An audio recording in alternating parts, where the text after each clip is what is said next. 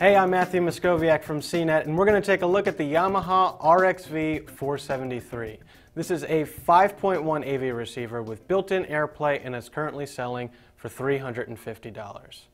Now, the design is pretty much like any other AV receiver. This is a big, full-size unit, so you're going to need sizable shelf space to hold it. The included remote is about as confusing as it gets, with tons of tiny buttons and confusing labels, so you'll definitely want to consider a universal remote if you go with this receiver. You can also control it with Yamaha's Smartphone App, which is available for iOS and Android, and it has a much more straightforward interface than the physical remote. Some AV receivers have upgraded to fancy graphical displays, but the RX-V473's display looks pretty ancient. It's kind of bizarre to see this kind of blocky text on a high-def TV, especially since the entire screen refreshes every time you press a button. Now, you're honestly not going to see these setup menus that much, but you will get the same kind of experience when you're using the built-in AirPlay functionality.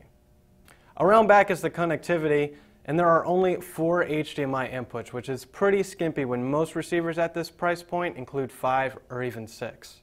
There's an Ethernet port which you'll need to connect for AirPlay, smartphone control, and internet radio, but there aren't any additional streaming music services built in like Pandora or Spotify. For legacy devices, there are also 4 digital audio inputs, including 2 optical and 2 coaxial ports.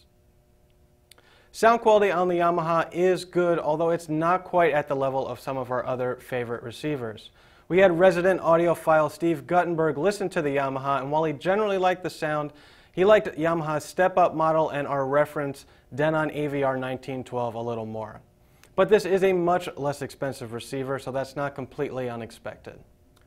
But altogether, the RX-V473 just doesn't offer enough value when there are competing receivers that offer more connectivity and more features for the same price.